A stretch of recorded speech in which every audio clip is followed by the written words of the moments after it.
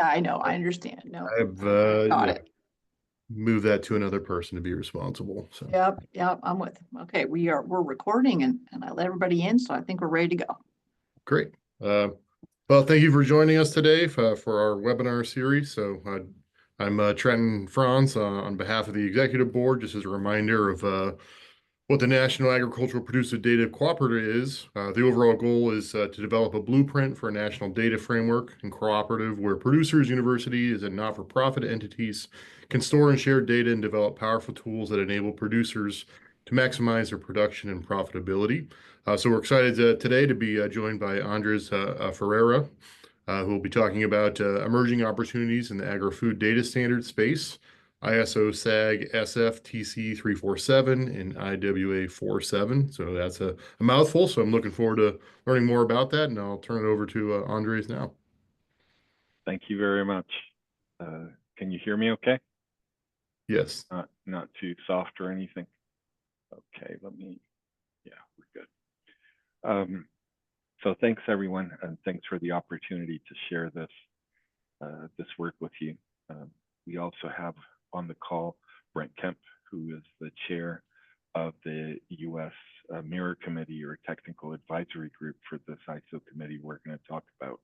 And hopefully Brent will add color commentary as we go along. So first, let's talk about the context, which is that agriculture and food production can be seen as a set of complex adaptive processes that involve hundreds of decisions that have to be taken every crop season. And that decision-making process is complex regardless of farm size, whether we're talking about a huge corporate farm or a family farm. There are hundreds of decisions to be made or more, and it's difficult. It's especially difficult for very small growers.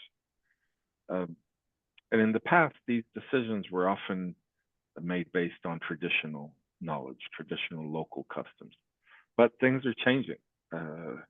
There is a lot of climate variability. There are a lot of supply chain disruptions, price increases on inputs, fairly low commodity prices for the harvested crop and so forth. So increasingly, many of these decisions have to be made based on data. And not only do they have to be made based on data, but the necessary data has to be present in an actionable way where those decisions are being made. And if you look at any model of the supply chain, or I would say supply network on agri-food systems, like this example that goes from the crop input manufacturer through the distributors, retailers, the grower, the buyer, the processor and packager, and the supply chain all the way to the consumer, plus all these other stakeholders that producers and other folks exchange data with. There's a huge amount of data traffic going on that enables the whole system. The problem is some of these flows are very painful, and they're especially painful for the smaller growers.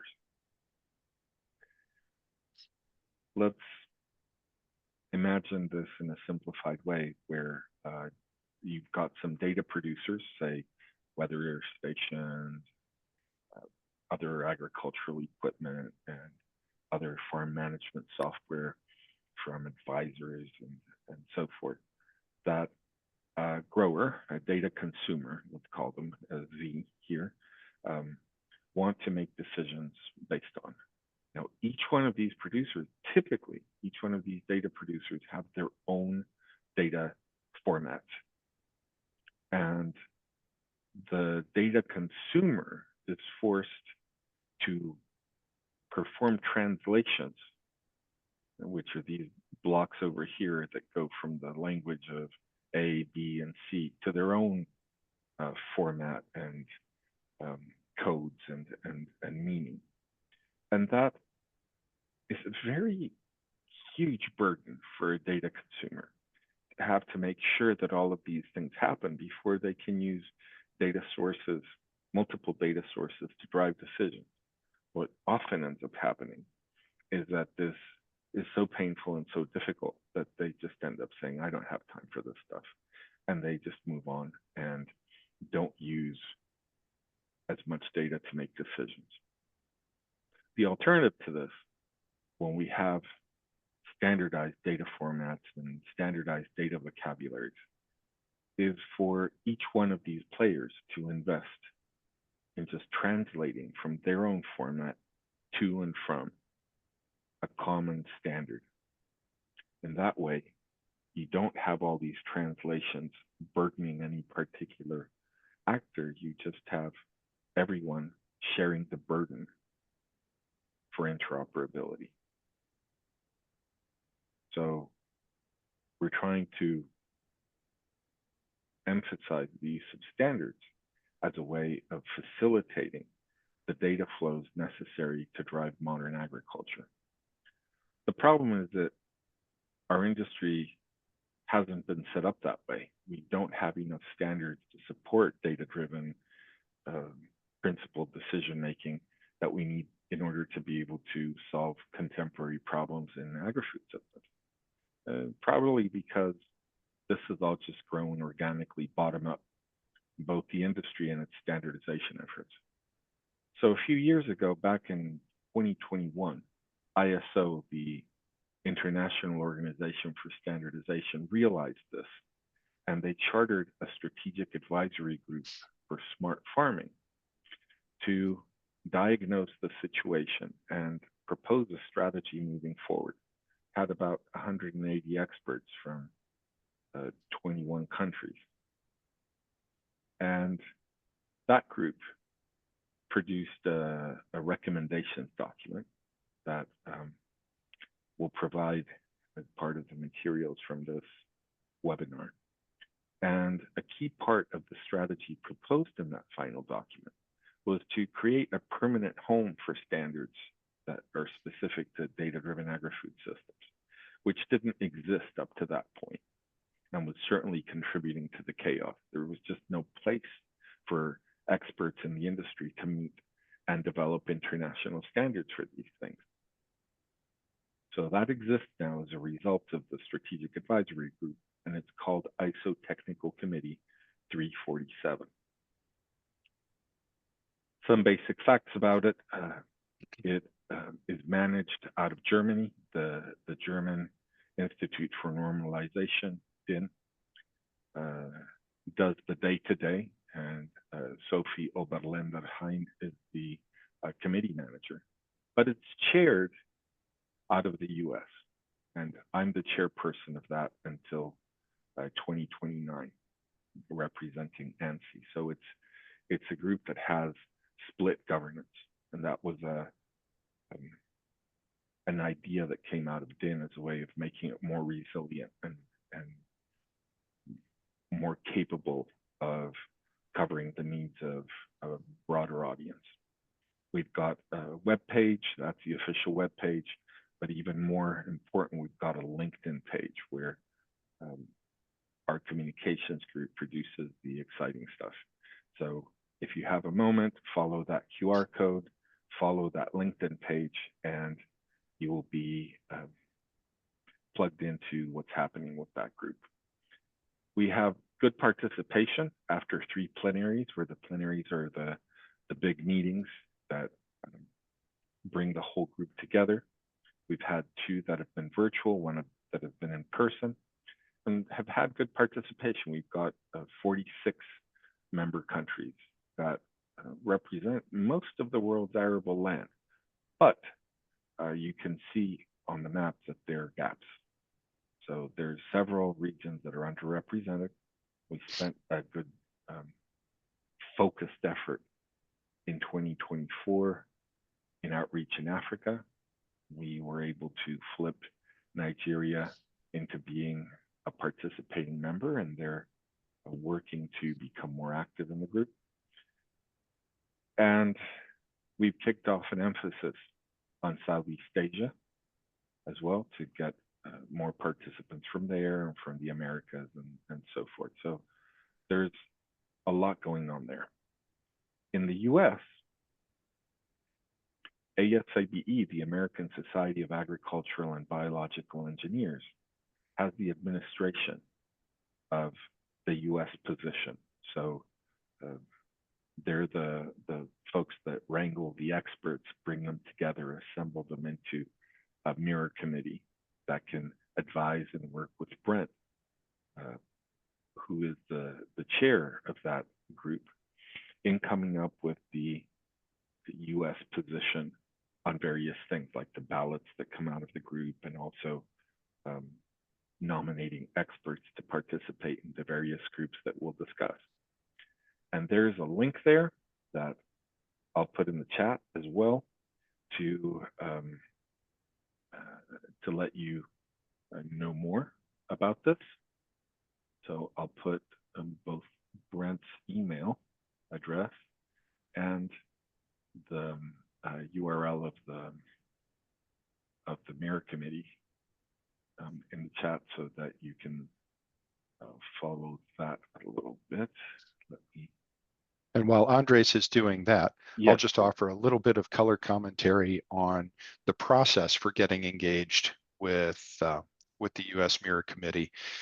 You'll hear from me. You'll also hear from Jean Walsh, who is with ASABE. She is our secretary for the group, and she knows everything about everything as far as ISO is concerned. I lean on her quite a bit. She's been great in keeping us all organized and moving forward. And if you are interested, at the conclusion of today's presentation, she is working to set up some ISO training for people who are interested and already on the US tag. So now is exactly the right time to get involved. You're coming in, you're gonna get education on process and procedure from one of the best in the business, and you'll be right at the start of the work of the technical committee. Yes, we've been, I'd say, spending a lot of time setting up work for standardization, but that work is just beginning. So there you have email address for Brent, you have email address for Jean. Okay, so let's continue here. TC 347 has a strategy, a very comprehensive strategy, since our scope is so big, right? And the way that one shapes that strategy is by showing up. I'd say that's the most important thing to say about this. It's a 4-layered strategy, has a large emphasis on learning and growth, to equip our experts with the skills that they need, and then we build on that from there. At the top of this stack of strategic objectives, we have things like enabling more efficient and resilient agri-food systems, obtaining satisfied and well-informed and engaged standards end users, and of course enabling the SDGs. Members, like I mentioned, we have 46 at this time, between 26 participating members and 20 observing members. It's great that we have more participating members than observing ones. That is a good sign. We are connected with various other parts of ISO that range from agricultural electronics to bee products, from food loss and waste to geographic information systems and geomatics. Also working with, for example, sustainable cities and smart cities and sustainable communities. That's what 268 is. You need to correct that. We also have liaisons with several external organizations that range from the Ag Electronics Foundation to Ag Gateway, a nonprofit industry consortium to advance data interoperability that Brent leads as the CEO, to GS1, the barcoding folks, to the International Society for Precision Agriculture, and many other groups as well. In the material we'll provide, you'll be able to explore our partners more through these links. So let's talk about current TC 347 work. In year one, we primarily work to get the right people around the table. I say in year one because we're about a year old, a little bit over a year since we had our first plenary. So we brought the national standards body, the internal and external liaisons. We've created groups like a communications advisory group, a stakeholder engagement advisory group, a responsible innovation advisory group in place to help us manage the torrent of work that that's building up, and have also been working on that strategic business plan that I gave you a quick snapshot of a moment ago. Some of our first steps towards interoperability and enabling interoperability have been taken through a thing called IWA 47, which you might have seen in the title, and we'll touch on briefly. And it's something that you can participate in right away. Now, I mentioned data-driven principled decision-making. What does that sort of look like? Well, the model that we tend to think about is a producer-centric one, which you will hopefully find intriguing and interesting given the goals of NAPDC. So this producer has to make decisions. And so we seek to inform those decisions through observations and measurements.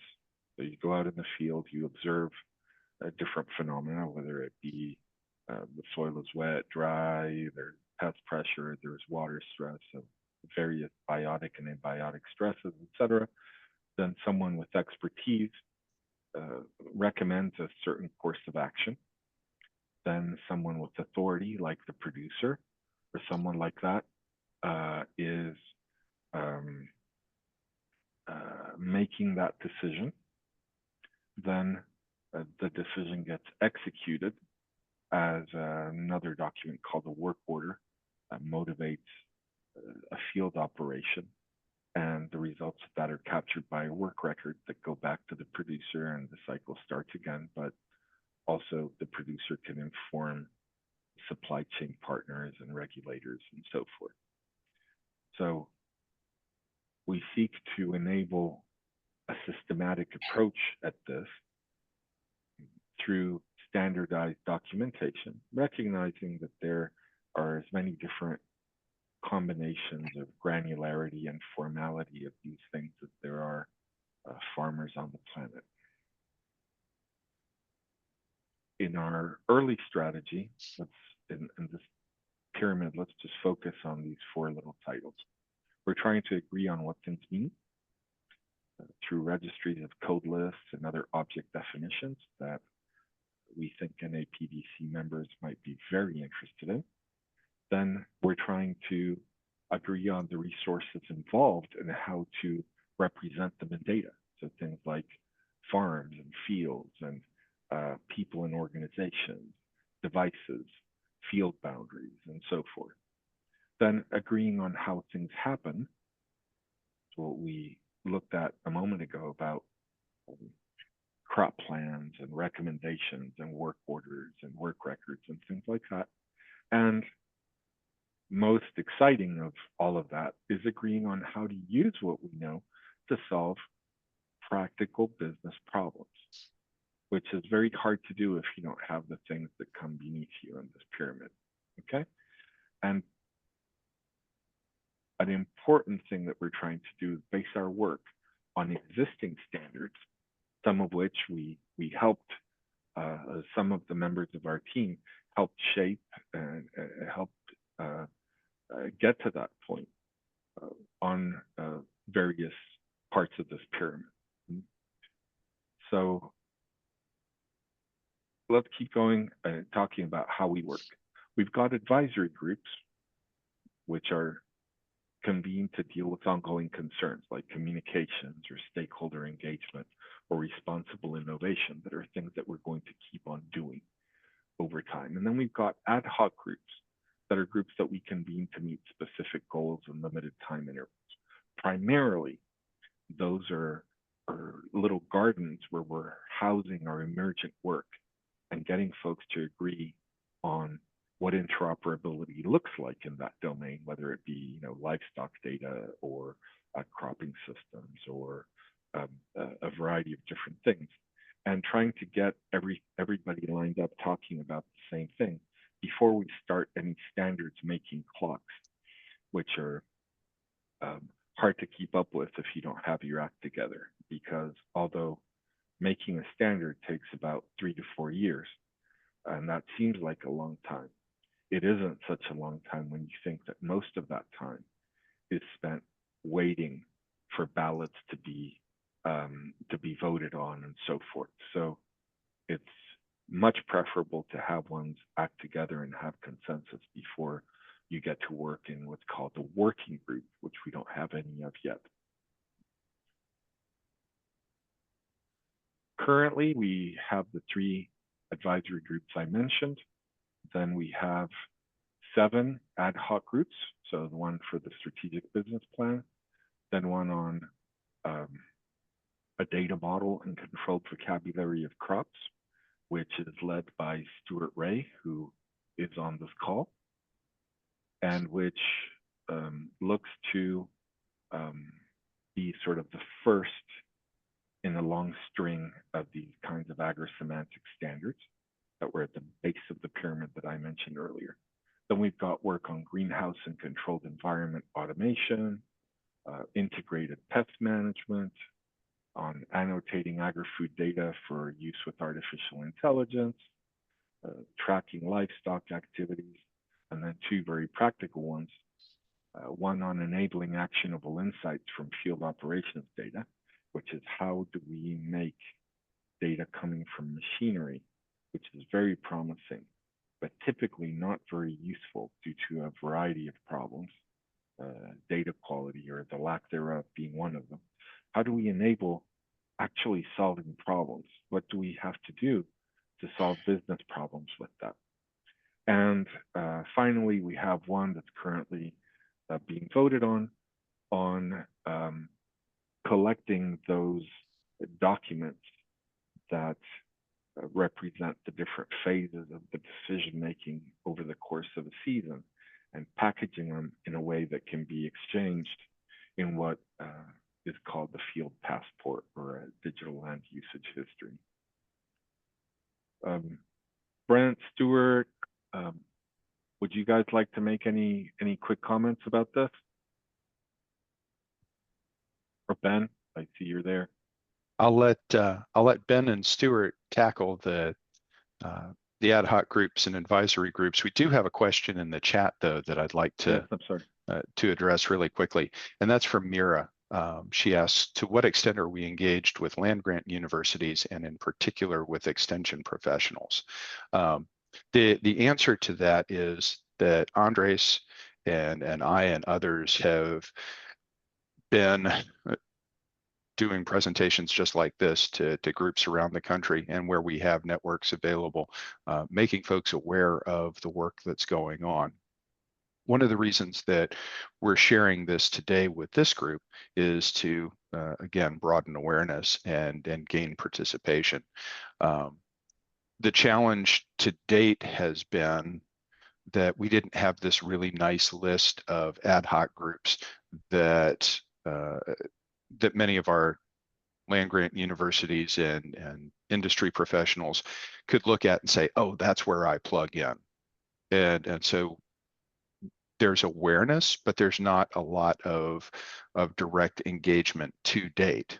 And I think we both, and Ben and Stuart also have the sense that as we're able to share more about here are the groups that are coming on, here are the standards that are being proposed, that we'll get more excitement, more engagement. I'd agree with that. I especially with the work that is being done in ad hoc group 2 about the model and controlled vocabulary of crops, that really is lining up additional core foundational vocabularies to follow the same type of pattern into an agri-semantics, standing agri-semantics working group.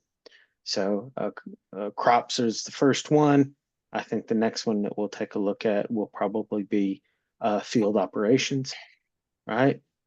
As far as creating a standard list for that, and then move forward from there, following the same pattern to make these controlled vocabularies and publish them and curate them for the industry as a whole. I have a couple quick comments about other questions. So regarding ESIP, we've had folks that participate in ESIP participate in this effort at various points, but there hasn't been any formal pursuit of collaboration yet. Partly, I think, due to the relatively informal nature of ESIP, but also partly just because everybody's busy. But I'm well aware that they've been doing many very interesting things. Regarding the animal identification and animal behavior question that Daniel presented, those sorts of things fall within the animal activities tracking remit that TC 347 has. We've got an ad hoc group 6 that's doing for animals sort of analogous things to what Stuart and his team are doing in a more crop related sense. And we're also in conversations with Technical Committee 23, Subcommittee 19, that's Agricultural Electronics. Several of our members are members of that too, including myself. I've been a member of that for a very long time. And they have a working group, I think it's working group 3, which is animal identification. And they're the guys behind like RFID identification standards, like ISO 11784 and ISO 11785. So we're in conversations with them about what we can do together and how we can use what they have done. So thank you for that question. Moving on. So I put a few more bullet points in here about what each one of these advisory groups and each one of these ad hoc groups does. I'll leave that for you to look at later. I do want to point out that related to ad hoc group 2, as Stuart mentioned, there are things that will follow the crop work. We think that field operation is a good next one, but there are many things that follow that, like phenological stages, modes of action, active ingredients, formulations of products, and so forth, that should lead to enabling better tools to help keep producers out of trouble and within regulatory compliance. So tools like what some farm management information systems sometimes have, like when you're planning an application of a chemical, that they can say, wait, you probably don't want to do that because you're going to exceed these maximum active ingredient loads defined in your label. Or, hey, you've been using this mode of action for years. How about you rotate and use a different mode of action so you don't develop resistance in your weeds and so forth, right? Those the idea that the time when the input manufacturers sold a farmer a jug of some chemical, patted them on the back and walked away, have come to an end, and now we all need to work together to ensure that those products are used in the most effective and safe way possible. A little bit more on ad hoc groups, so the AI one and its emphasis on metadata, maximizing usability, and so forth. And possible new work. Before I go to that, let me answer the question of where do organic growers fit in? They fit right in. This isn't specific to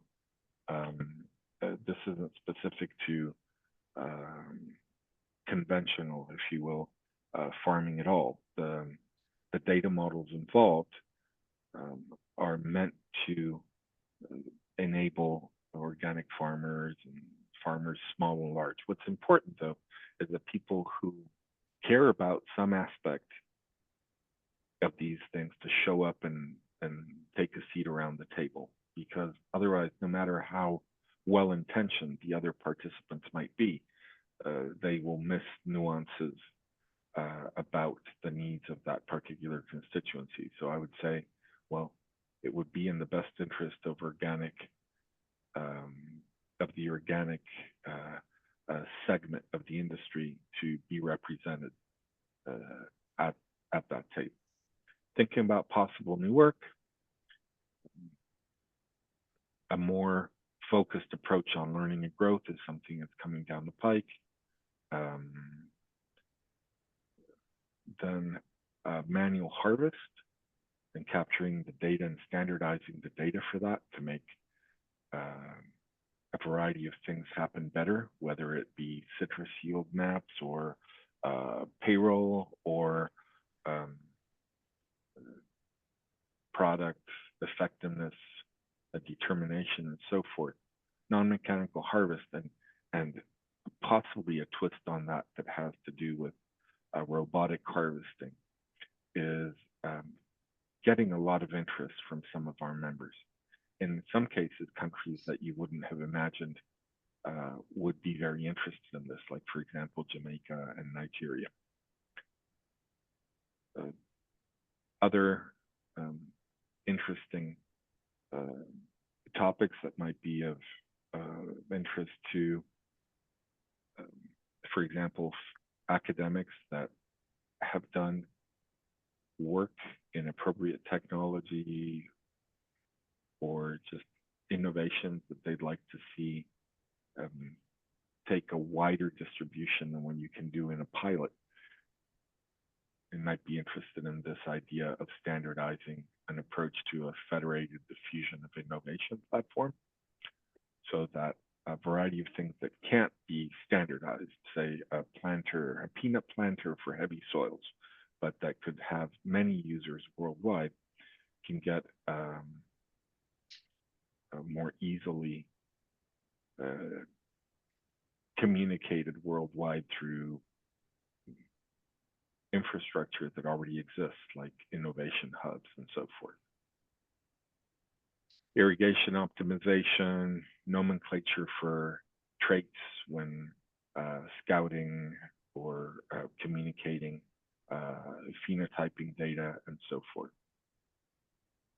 So plenty of interesting work to look at, right? So the kinds of things that you can expect as standards coming out of the committee are things that sort of match our pyramid. So standards to agree on what things mean, standards for resource definitions, standards for how things happen in the field or the plant, because we deal not just with food crops, but also feed, fiber, fuel, and specialty crops, and their life cycles and the products that they enable as well. And of course, standards and guidelines on how to use all of this to solve business problems, which is a huge gap in our system, which is we've got these standards, but they're obscure. People don't really know that they're there, and much less do they know how to use them to create value for their organization or for their stakeholders. So we're looking to put major emphasis on that. Here I put a slide for you to look at if you're looking at opportunities for using standards, implementing standards for your organization. Here's some ISO standards, and Ag Gateway has a large corpus of standards and guidelines that are probably very much worth your attention, both for supply chain and also field operations work. A little quick aside to talk about IWA 47. So TC 347 is a technical committee. It has certain rules and procedures for participation because the end result of the work in there is very official documents like international standards that have implications at the level of the World Trade Organization and the International Trade System. Corey, you're not muted. Do you have a question, or can we mute the man? Right. Okay. I guess we can't. Okay, Trenton. Okay, let's continue. So a good way to look at IWA 47 is sort of this, piece of construction equipment that's clearing a path for the TC through this mess that is the agri-food systems data interoperability landscape. And so what this is set to do, well, in the strategic advisory group and subsequent work that we've been doing, we've been looking at these different use cases that involve actors and the processes they participate in and the kind of data artifacts that they use in these processes. So like when you're thinking about what it takes to go out and plant using your sophisticated planter with a field boundary management and so forth. You've got all these different things that form part of the agri-food systems domain, including the stakeholders and their goals. Now, the standardization works in a sort of different universe where you don't have growers and advisors and insurance companies and so forth. Instead, you have the ISO and other standardization organizations, committees and subcommittees and so forth. We've got standardization processes like developing or reviewing standards, and we have artifacts like standards and technical specifications and so forth. A few years ago, when we were trying to find a way to link all of this together, we found that the concept of business capabilities was excellent as a way of bridging these two universes, because standards support business capabilities and business capabilities enable these use cases, where a business capability is like a fundamental unit of an organization performing the work it needs to do. So for example, being able to send out the field boundary and the desired products and rates out to that planter that we were talking about, or making sure that you have the right seed available at where you have the planter at the time that you're going to plant, or performing the planting operation and so forth. In a nutshell, IWA 47 is an agile and inclusive mechanism that's going to give TC 347 the start of a reference architecture for data-driven agri-food systems. Reference architecture is sort of a blueprint, a very sort of basic blueprint on how we connect these things together. And why did I mention the use cases and the capabilities and so forth? Because IWA 47's deliverables line up with that. So we're producing a set of terms and definitions that we can use in our standards and conversations to make sure that we're all talking about the same thing. We're using the capability model as a sort of map of the kingdom. to be able to frame when people have an idea, say, does it fit within any of these business capabilities, or are we talking about something new? And we're producing a library of use cases as well, so that those combinations of the who, what, when, where, how, and why something is happening out in reality. And we package those into a use case that then different standards can support or not. We're also providing new stakeholders a way to experience the ISO process and to join that data-driven agri-food systems community, and provide all participants with valuable, networking opportunities. The way that these things fit together then is IWA 47 delivering these three primary things that TC 347 is going to consume and manage when IWA 47 is done. I mentioned earlier that you can join IWA 47, and I'll give you some pointers on how to do that. It's not going to last a lot longer, but you can, if you join, you're going to have the opportunity to influence those outcomes. Now, we get to the best part, which is why is he telling us all this? What's this got to do with NAPDC? Well, one reason is that things are changing in academic and research institutions. Perhaps that's an understatement. But let's focus on the reevaluation process. In the past, peer-reviewed articles have been the gold standard on what performance looks like for an academic for a long time. But there's doubts that are growing about review processes and about the impact of those articles and actually, affecting change or affecting progress. So many institutions are starting to look for more direct evidence of research benefits to taxpayers. Well, ISO standards are used worldwide. They're intimately tied into the World Trade Organization and the way that it governs or influences the way that commerce is performed worldwide. So being involved in ISO translates rather directly into being able to have an impact. So keep that in mind. Also, let's talk about some of the things that are important for TC 347, and let's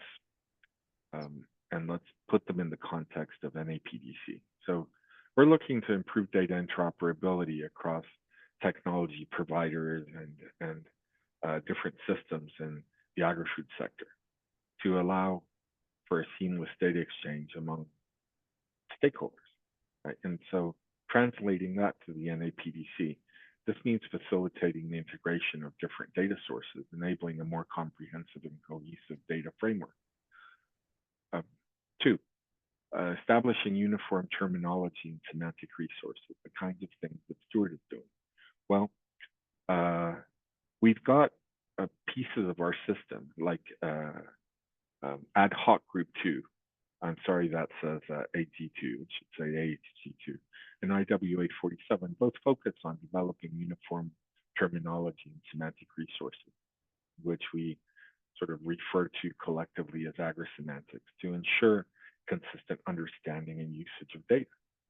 This standardization directly supports NAPDC's goal of creating a shared data framework by reducing ambiguities and enhancing communication among stakeholders, many of whom, you might say, well, why do I care if our mandate is national? Well, a lot of those growers and a lot of those technologists are also operating internationally and have international business partners and are competing against other internationally present growers that might have even better interoperability capabilities. So it's something that one ignores at one's own risk. 3, supporting sustainability models and metrics. There's a lot of interest in the industry about this right now, and we have it squarely in our scope. Enabling the development of sustainability models and metrics is formally baked into our scope. And those standards could aid NAPDC to add value to its work by enabling farmers to have their data participate in these kinds of sustainability efforts, or facilitating them signing up into a program because they can be more interoperable. Livestock activities data management, similar story. We have explicitly picked this up, and we've got a very enthusiastic contingent of experts working on livestock activities management tracking. They feel they have a gap to fill because the perception is that cropping systems have come further along on that data interoperability front than livestock. Finally, promoting participation and collaboration is something that we're very committed to and have several teams devoted to. And this inclusivity aligns with an APDC's objective of engaging various agricultural research institutions, producers, and data organizations in developing a national data framework. Digging around some of the ample documentation from NAPDC, I sort of condensed these 6 different things that NAPDC cares about. So building a national framework for agricultural data, empowering producers with data ownership and control, fostering innovation through data sharing, engaging diverse stakeholders, addressing challenges in data governance and trust, and supporting education and workforce development. Then we sort of map them to different aspects of what we're doing in the ISO ecosystem. So for building a national framework for agricultural data, well, the emphasis from the Strategic Advisory Group for Smart Farming and its 49 recommendations, and TC 347 on enabling making data findable, accessible, interoperable, and reusable in data-driven agri-food systems. That seems highly aligned. Empowering producers with data ownership and control, same story. We've got a strong emphasis on data ethics by design. Some cases can be made, or the case can be made, that there's multiple scenarios where there's data that directly or indirectly deal with the farmer's operation that the farmer does not necessarily own, or that they can't make a legal case for it. Like if a drone or an airplane flies above the field at some legally established altitude and collects a data set. But if data products are going to be sold, or the collaboration of a farmer is requested to provide data, and they've got these extremely long lines of people sort of figuratively waiting outside their door, knocking, hoping to get data from them.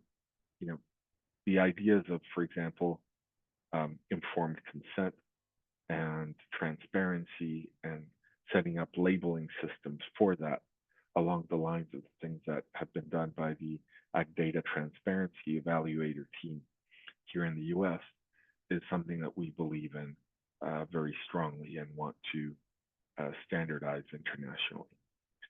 Fostering information through data sharing, we have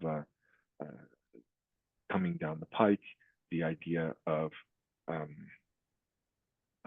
learning through data in a way that is a responsible form of innovation, and so forth. Engaging different stakeholders, already talked about how that's a big deal for us, and so forth, right? Finally, supporting education and workforce development. Our communications group has as a priority to develop the next generation of data-driven agri-food systems professionals worldwide, and to combat the perception that working in agri-food industries is, not an aspirational career choice. We've got so many interesting problems to solve, and so much interesting technology and methods to develop that we should really have our brightest brains on this. So we want to work on that rebranding effort for agriculture and food systems. So how do you participate? Most of the work happens online. We've got 2 plenaries from, I'm sorry, that says IWA 47, it should say TC 347. We've got 2 of those plenaries per year. And let me change that real quick as we go along. One is virtual and the other is in person. To date, we've had 2 virtual and 1 in person. So last year we had both plenaries be virtual. We already had our in-person one in Berlin in Germany back in March. Our next one's in October. It'll be virtual. There's 3 ways of contributing, connecting to this whole thing. So TC 347, well, through your national standards body, in this case, ASABE, right? The slide that I showed earlier, where you can reach out to Gene Walsh, the administrator, and make sure to include Brent in this, and they will guide you to how to participate. Another possibility is through liaison organizations. So if you're a member of the International Society of Precision Agriculture or ICAR or something like that, you can also participate. And through IWA 47. These QR codes here on the right show you how to participate in that. We have meetings every couple weeks, and we're working on the use cases and the terminology and the capability model and so forth. And with that, I think enough slides. We'll share them all, and maybe we have a few minutes left for questions.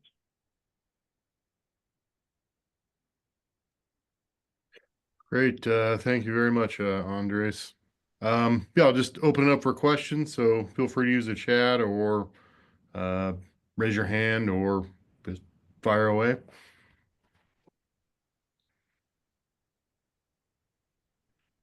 All right.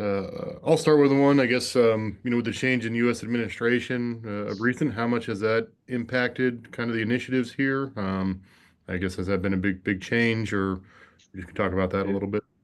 It's impacted these initiatives because some of the people that were involved are distracted now. So folks coming from, for example, the U.S. government are, still trying to figure out if it's okay to participate in this, if it's aligned with their priorities and so forth. It's my understanding that the new administration does value standards and the clarity they bring to trade and the facilitation of trade. So I hope that this translates into support for what we're doing. Great, thank you. Other questions?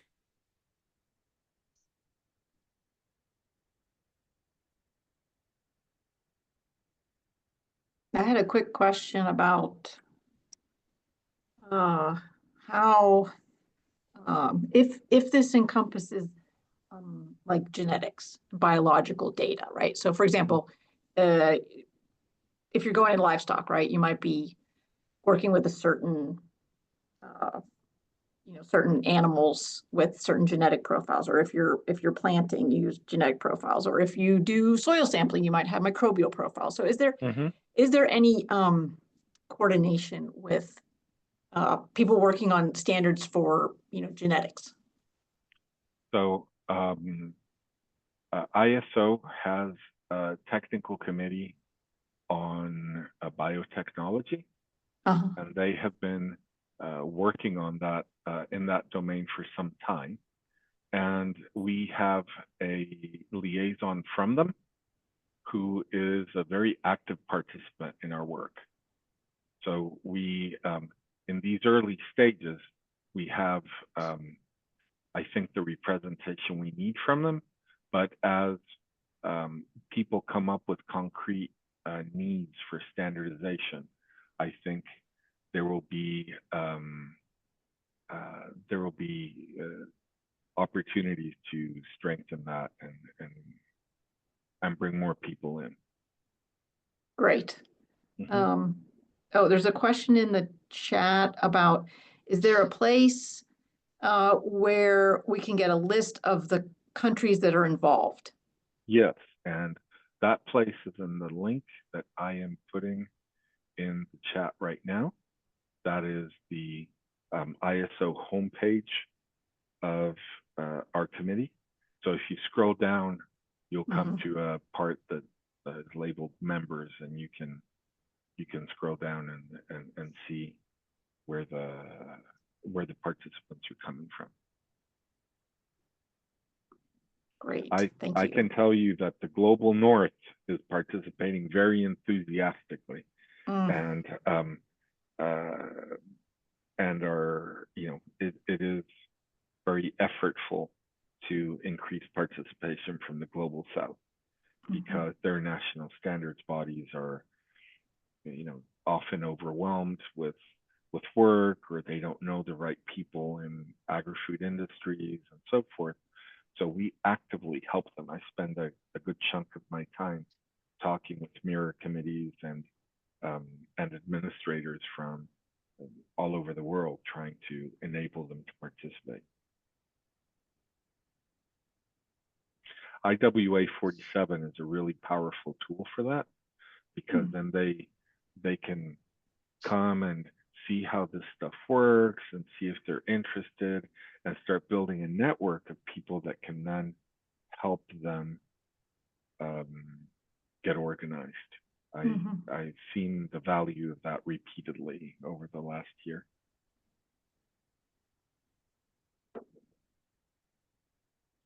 Great. Great. Any other questions? All right. Well, let's go ahead and thank you guys one more time. Appreciate Yay. time. Yeah. Thank you. And we'll post a recording soon. That does conclude the spring seminar series, so we'll reconvene in the fall. All right. We'll see everyone then, if not